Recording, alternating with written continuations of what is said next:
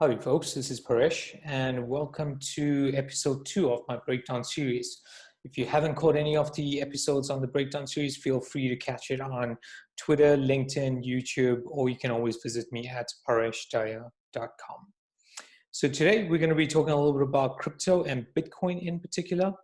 Yes, I know that there's loads of information out there with Twitter wars happening on crypto every single second. And for those that know that I generally don't like talking about the price of Bitcoin. But we've seen an interesting time in history during this pandemic and COVID-19. We've really seen central banks and governments printing money under the guise of quantitative easing, which has caused a knock-on effect of inflation. We've also seen a lot of the central banks lowering interest rates, with a lot of jurisdictions seeing interest rates at 0%. And all of these various different levers cause negative consequences to the general population of the world, which really brings me to Bitcoin. Now, as you know, Bitcoin has a defined monetary policy that cannot be changed, and it's baked into the heart of the code of the network. So only 21 million Bitcoins will ever exist, and we will hit that threshold in the year 2140. So the release of the coins into the network is actually based on a ramp down model, essentially giving us a deflationary monetary system, which is a complete opposite of what we see with the traditional financial system today. Now, what's really interesting, folks, is the correlation of Bitcoin to the equities market that we've seen over the past couple of months. Now, we've all assumed that this would be an uncorrelated market, but this was really not the case at the start of the pandemic. So let me show you folks a couple of charts here. So what we originally thought was that when the pandemic actually hit, if Bitcoin was really a store of gold, we would have seen investors flee into Bitcoin, causing the price of Bitcoin to actually surge and increase. But as you can see, as per the chart right here, we see during March 9th, 10th, we see a dramatic drop in the price of Bitcoin. So let's just highlight that in red here. So that was actually the start of the pandemic, when a lot of the countries were moving into lockdown and people were basically fleeing the equities market. We can see what I've done is I've also overlaid the actual price and the chart of the S&P 500, which is in red, and the FTSE 100, which is in black. So during the start of the pandemic, we see this massive drop in Bitcoin.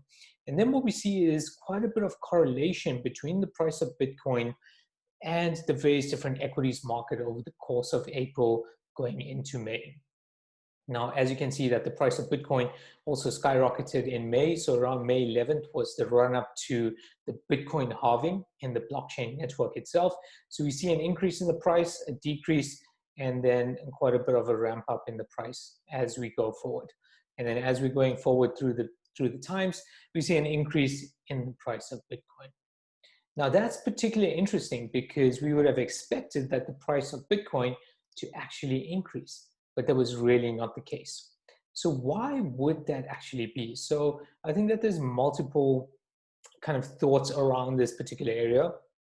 But for me personally, I believe that this reason is because that the crypto market is still quite nascent, with many people trading the asset as a speculation.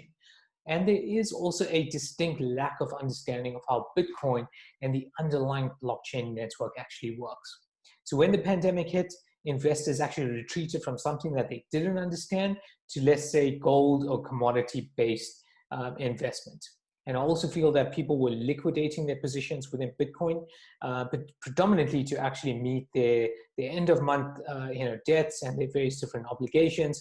And that potentially could have also seen the drop in price of Bitcoin itself.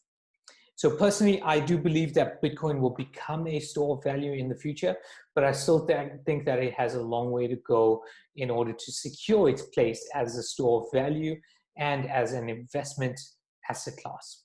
We then also see multiple digital assets proving the use cases for domains like payments, privacy, and various different other sectors itself.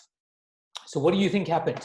Give me your thoughts. Let me know what you think about the pandemic and the price of various different digital assets and how they're correlated with the traditional financial system. Be sure to comment down below.